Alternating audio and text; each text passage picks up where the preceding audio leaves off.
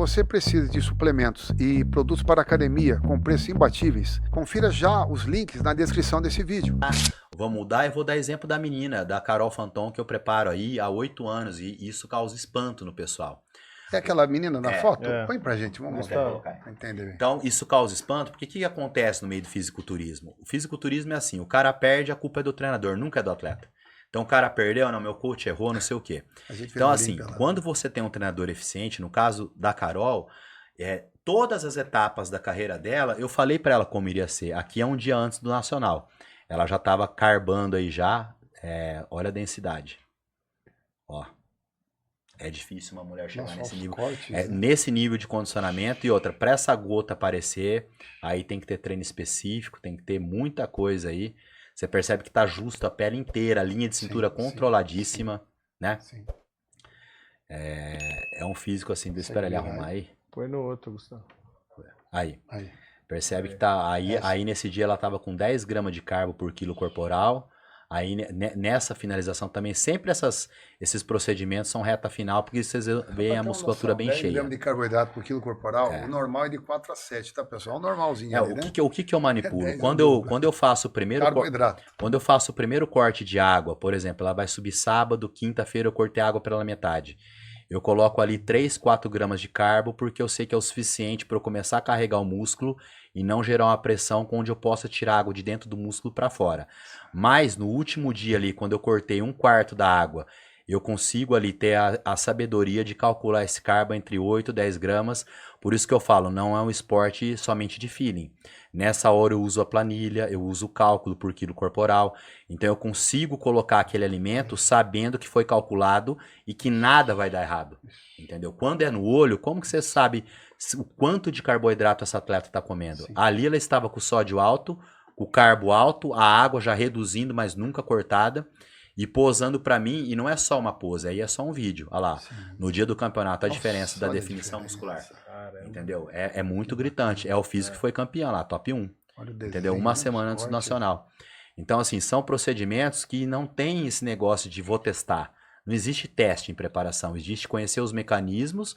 Quando você conhece o mecanismo, você não erra, não tem o físico que não responde. Sim. Se a pessoa fez 100%, fez tudo que você detalhou pra ela, na hora de você finalizar, as coisas vão acontecer. Não existe negócio, vou esperar. Eu espero a atualização do meu atleta toda vez que ele vai me atualizar, e geralmente eu peço atualização Olha aí, só os cortes em aí. dias de carbo alto, ela faz 2 refeições e me atualiza. 2 refeições e me atualiza. Porque eu consigo ir manipulando, às vezes dá até para colocar mais do que eu já estava colocando ali. Deixa eu te perguntar uma coisa, até que ponto você acha que influi o estado psicológico do atleta no dia, em relação ao cortisol que ele libera, mudança no físico? Se tudo estiver no ponto, isso não acontece ou acontece? Se o atleta, no caso dela, dá uma olhada na serenidade que tá o rosto dela, Sim. ela posando pra mim, você não vê ela ter cãibra, ter fraqueza, e olha que eu não peço uma pose, hein? Geralmente eu tô ali, vários circuitos ali. É nessa hora que a pessoa se olha no espelho, e eu também tenho a mania de sempre que a minha atleta vai posar no dia do evento, eu filmo, mostro pra ela lado a lado e falo, ó, os pontos que você não tinha, agora tem. Olha o trabalho que nós fizemos, olha a situação. Eu não comparo ela com outro atleta.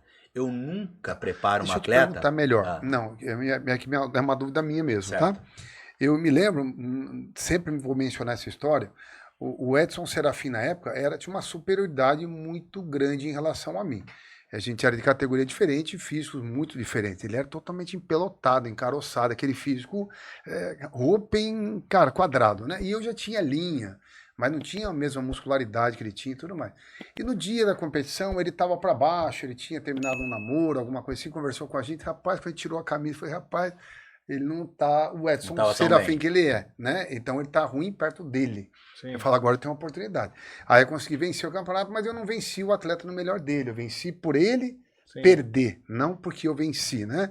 E eu vi que influenciou demais no físico dele.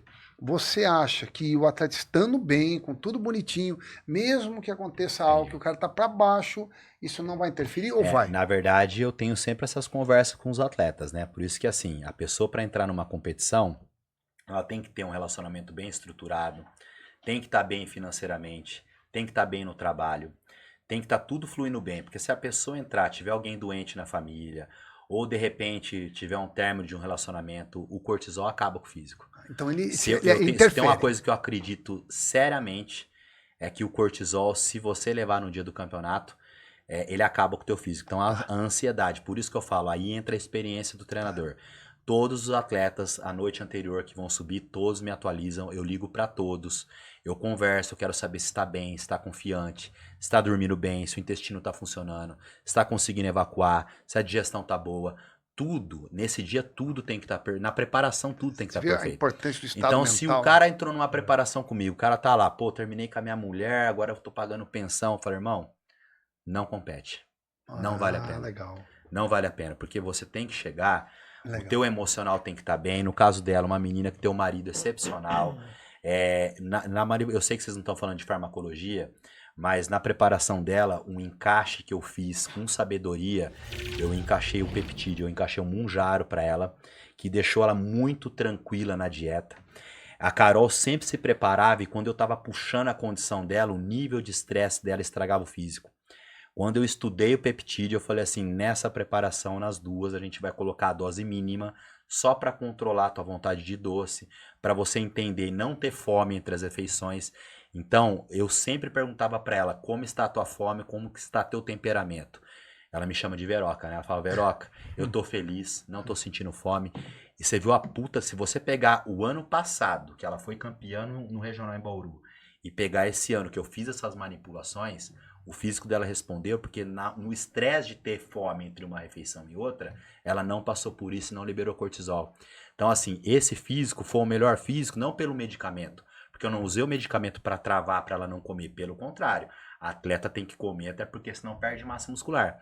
Mas eu usei isso aí com muita sabedoria para controlar o cortisol, fora que ela é uma menina que tem ovário policístico, a gente sabe que quem tem ovário policístico tem uma resistência periférica à insulina prejudicada e esse medicamento melhorou muito a sensibilidade à insulina, tanto que eu pude colocar comida para ela, pude manipular, ela subiu cheia com densidade e tá aí, ó, foi campeã no Sorocaba, que foi um campeonato muito difícil, e bateu na trave aí numa Open, num campeonato nacional. Mas olha, eu vi você falando sobre ela. Só fechando aqui, só fechar a importância do estado mental do atleta, é isso que eu queria puxar.